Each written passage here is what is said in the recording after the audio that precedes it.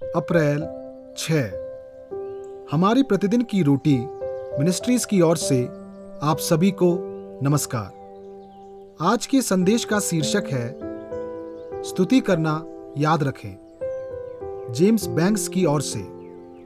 आज के पवित्र शास्त्र का भाग यशायाह अध्याय 63 7 से 9 वचन तक। जितना उपकार यहोवा ने हम लोगों का किया, अर्थात इज़राइल के घराने पर दया और अत्यंत करुणा करके उसने हमसे जितनी भलाई की, उन सब के अनुसार मैं यहोवा के करुणामय कामों का वर्णन और उसका गुणगान करूंगा।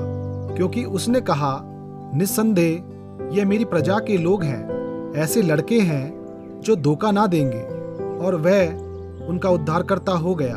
उनके सारे संकट में उसने भी कष्ट उठाया और उसके सम्मुख रहने वाले दूत ने उनका उद्धार किया। प्रेम और कोमलता से उसने आप ही उनको छुड़ाया और उसने उन्हें उठाया और प्राचीन काल से सदा उन्हें लिए फिरा।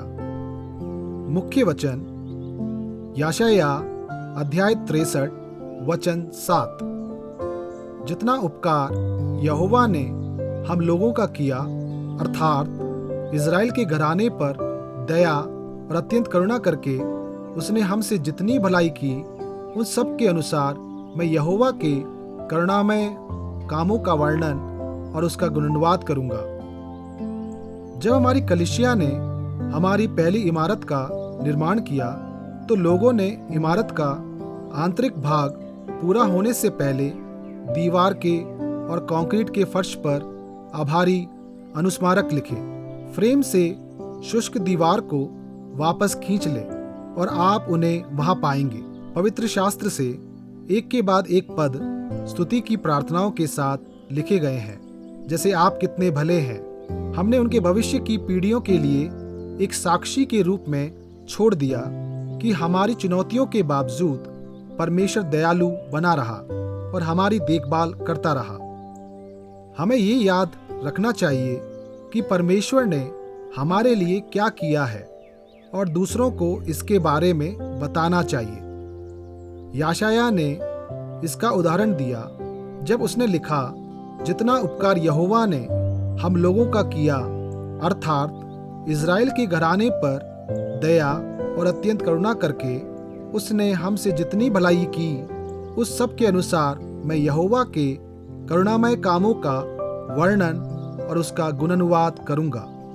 बाद में भविष्यद्वक्ता पूरे इतिहास में अपने लोगों के लिए परमेश्वर की करुणा को भी याद करता है। यहाँ तक कि यह भी बताता है कि कैसे उनके सारे संकट में उसने भी कष्ट उठाया। परंतु यदि आप उस अध्याय को पढ़ते रहेंगे तो आप देखेंगे कि इज़राइल फिर से संकट के समय में है और भविष्यद्वक्ता परमेश्वर के हस्तक्षेप के लिए तरस रहा है।